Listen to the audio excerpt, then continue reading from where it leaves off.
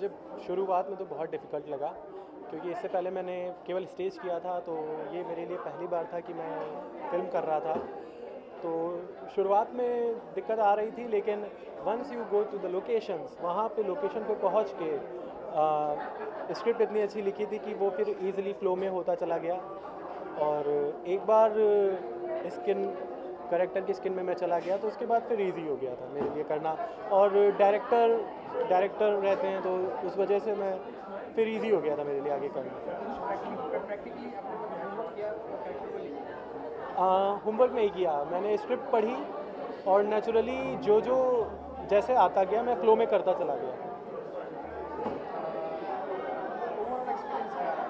Overall experience मेरे लिए, अगर मैं कोई और मूवी करता, साधारण मूवी, लव स्टोरी या कुछ भी करता, तो शायद इतना मुझे अच्छा नहीं लगता, लेकिन ये ओशो के ऊपर मूवी थी, ये सबसे अच्छी बात थी। और मैं ओशो के नाम से एसोसिएट हुआ, मेरे लिए बहुत बड़ी बात हुई। और ऐसे आइकॉनिक कैरेक्टर्स करना अपने आप में बहुत अच्छी बात होती है। तो बहुत ही मैं ओवरवेल्म्ड हूँ और बहुत खुश हूँ ये रोल करके। पहले कभी आपको ओशो में पढ़ा है? हाँ, मेरे लिए ओशो स्पिरिचुअलिटी मतलब ओशो थे, तो मुझे अगर कोई भी स्क्रिप्चर से ज़्यादा मैं ओशो को पढ़ता था। अगर मुझे स्पिरिचुअलिटी के बारे में कुछ कभी पढ़ने का मन हुआ, तो मैं ओशो को ही पढ़ता था। और मेरे ख्याल से हर कोई पढ़ता है उनको, सभी को वो लगते हैं। और ख़ास तौर से इस इंडस्ट्री के लोग जो कि शोबिज़ में हैं या रिबेल हैं, जो कुछ हटके करते हैं, उनके लिए तो ओशो बहुत अच्छे राइटर हैं, सब उसी को पढ़ते हैं। कुछ इंसिडेंट्स आप शेयर करना चाहेंगे शूटिंग में? हम लोग मेरे ख्याल से वो मेमोरी मैं कभी नहीं भूलूँगा। ओशो के घर गए थे, जो गडरवाड़ा में उनका घर था, उस घर में गए थे और उनके गांव में गए थे। वो सारी जगहों पे, वो ऐसी जगह जहाँ पे हम लोग नॉर्मली वेकेशंस पे नहीं जा सकते हैं, तो वो अनछुए से गांव जो कहते हैं, वो मुझे बहुत पसंद आए। और थ्रू आउट जब तक मेरी शूट चला, इतना अच्छा मुझे लगा। वो एक्सपीरियंस मैं कभी नहीं भूलूँगा। जो लोकेशंस थी मेरी, वो बहुत ही अच्छी थी। और बीच में मैंने गैप लिया था, और फिर उसके बाद मैंने सोचा, मैं भी मेडिटेशन वगैरह करती हूँ हमेशा, तो कुछ सोशल वर्क मैं पहले से करती थी। फिर मैंने सोचा मुझे क्या करना है।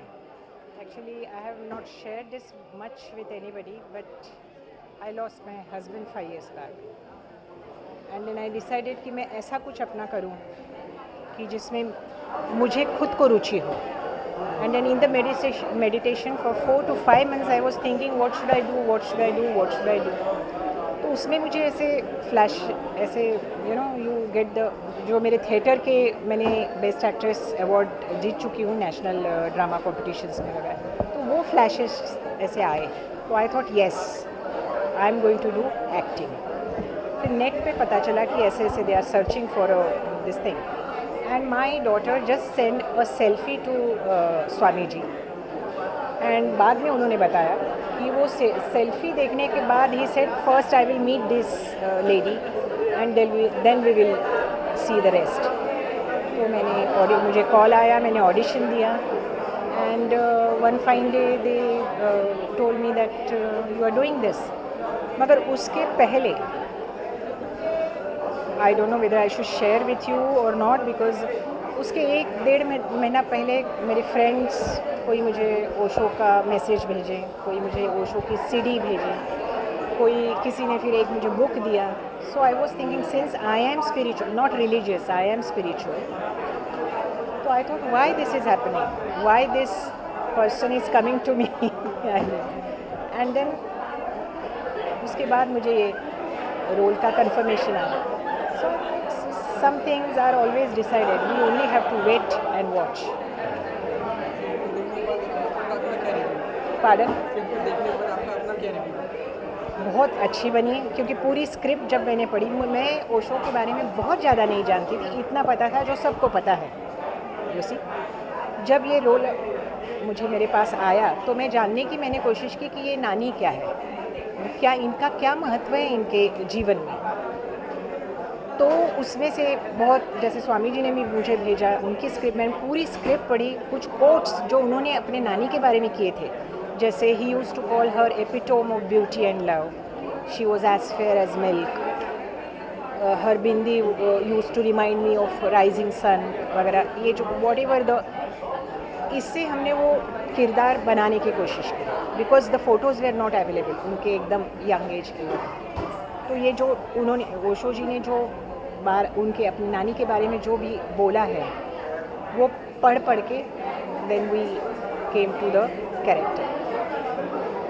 और जब ये कैरेक्टर करने लगे तो बस बहुत मज़ा आया, बहुत ऐसे, यानी एक मन में ऐसे क्या कहते हैं, प्यार बहुत जगा सबके प्रति, you know, and it was amazing experience. हम जब वहाँ कर रहे थे शूट, 47, 48, 50 डिग्री तक चला गया था temperature when we were doing shoot at Gadarwara in summers. मगर आप अब यहाँ देखेंगे तो आपको तो नहीं पता चलेगा, बट बहुत मुश्किलों में सब शूट किया गया। पैर जलते थे, नंगे पैर वहाँ चलना होता था, खड़े रहना होता था, बहुत मज़ा आया। जैसे कि वो एक मेरा हमारा शॉट है, मैं खाना बनाती हूँ चूल्हे पे, तो वो बनाया तो हमने, उसके बाद वो आग लग गई थी वहाँ पे, यू नो। सो ऐसे बहुत, मगर सब बहुत आसानी से होगा, ये हो गया, बहुत अच्छी तरह से हो गया, कोई ऐसी कठिनाई नहीं आई। कठिनाई आई भी तो भी वो आगे चलती गई, और एक बहुत अच्छी फिल्म बनी है।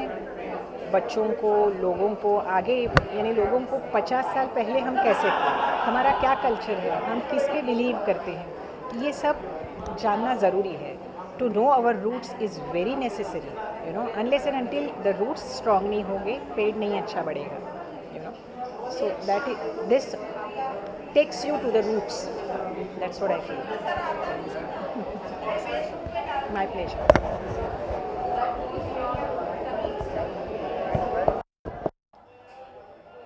ओके प्रिंस, पूरी फिल्म के दौरान कैसा लगा आपको, क्या कहेंगे इस बारे में? मुझे बहुत ज़्यादा ही मज़ा आया, क्योंकि बहुत अलग एक्सपीरियंस था। बहुत अलग एक्सपीरियंस था, क्योंकि हमने ओशो की रियल, जहाँ पे वो पढ़ते थे, मैंने वहाँ पे एक्चुअली, मैं वहाँ पे वो स्कूल में, वो क्लास में जाके बैठा। So it was a really a different experience, और फिल्म ऐसे बहुत अच्छी थी। और ओशो के कुछ ऑडियो सुने आपने, वीडियो देखे हैं? हाँ, मैंने जब भी I heard about Osho, then I started surfing about him on net. So फिर then I got to know who he was, and then we went for the shooting. कोई एक मैसेज जो ओशो का आपने पढ़ा हो, जो आपके दिमाग में स्टक हो गया हो, आपको पढ़ के अच्छा लगा हो, उस लाइन को पढ़ के अच्छा लगा हो? मुझे ये अच्छा लगा कि वो बहुत वो डरते नहीं थे किसी से, मतलब हमेशा सच्चाई का साथ देते थे और बुराई से डरते नहीं थे, तो मुझे वो चीज़ उनकी बहुत अच्छी लगती थी। आपको पता है ओशो बच्चों को बहुत ज़्यादा प्यार करते थे, और जब मतलब वो जब आपको ये फिल्म मिली तो क्या क्या बताया गया आपको, और कैसे आपने प्रिपेयर किया अपना रोल? अपार्ट फ्रॉम के आप वहाँ घर में भी रहे, लोगों से बात की, और क्या क्या पूरे दिन क्या क्या करते थे आप? हम सुबह उठते, फिर शूट पे जाते थे, फिर मतलब डायरेक्टर जी मुझे सीन समझाते थे, फिर जगदीश जी मुझे कभी कभी स्टोरी भी सुना देते थे ओशो के बारे में। सो उनको तभी मुझे बहुत मज़ा आता था, जब ये स्टोरी सुनने में बहुत मज़ा आता है। तो आपने जो ये फिल्म करी तभी आपने ओशो के बारे में सुना, उससे पहले आपने सुना था कभी? उसके पहले मैंने बहुत कम बार सुना था, एक दो बार। अभी आपने ये फिल्म कर ली, इसके बाद आप ओशो को पढ़ेंगे, हाँ, मैं उनकी किताबें पढ़ना चालू करूँगा। ऑडियो हाँ सुनेंगे क्या हाँ। कहते थे? और पूरी फिल्म के दौरान कभी आपको ऐसा लगा कि ओशो आपके आस पास नज़दीक है, ऐसा लगा आपको, ऐसी अनुभूति हुई आपको? हाँ, जब भी उनके जो दोस्त थे, उनके घर पे जब भी हम गए, तभी वहाँ पे कुछ माहौल ही अलग था, कि सब सब मतलब उनको कोई जानता है, उनको उनके बचपन को कोई देखा है, तो वहाँ पे एकदम अलग ही फीलिंग आ रही थी। उनकी फैमिली से मिले आप? उनके दोस्त की फैमिली से मिले। मिले, वो हाँ। क्या बता रहे थे, क्या बोला उन्होंने? उन्होंने उनके बारे में बताया कि वो बचपन में उनके ग्रुप में कैसे थे। उन्होंने कैसे थे वो? उन्होंने बताया कि उनके ग्रुप में जब भी वो थे, वो सबसे छोटे सदस्य थे, और वो उनके लिए रोज़ आई थिंक चने लेके जाते थे, जो उनको बहुत पसंद था। सो ओशो के लिए कोई चैनल लेके जाते थे? शायद से कुछ कुछ उनको अच्छी लगती थी, वो चीज़ वो लेके जाते थे। अच्छा अच्छा। तो अभी आप बहुत खुश हुई फिल्म करने के बाद? हाँ, बहुत खुश हूँ। चलिए, बेस्ट ऑफ लक प्रिंस, और हम चाहेंगे आप ऐसी अच्छी अच्छी फिल्में करते रहें, थैंक आपका यू। करियर बहुत अच्छा हो, वो अभी से होने वाला है। Thank you so much.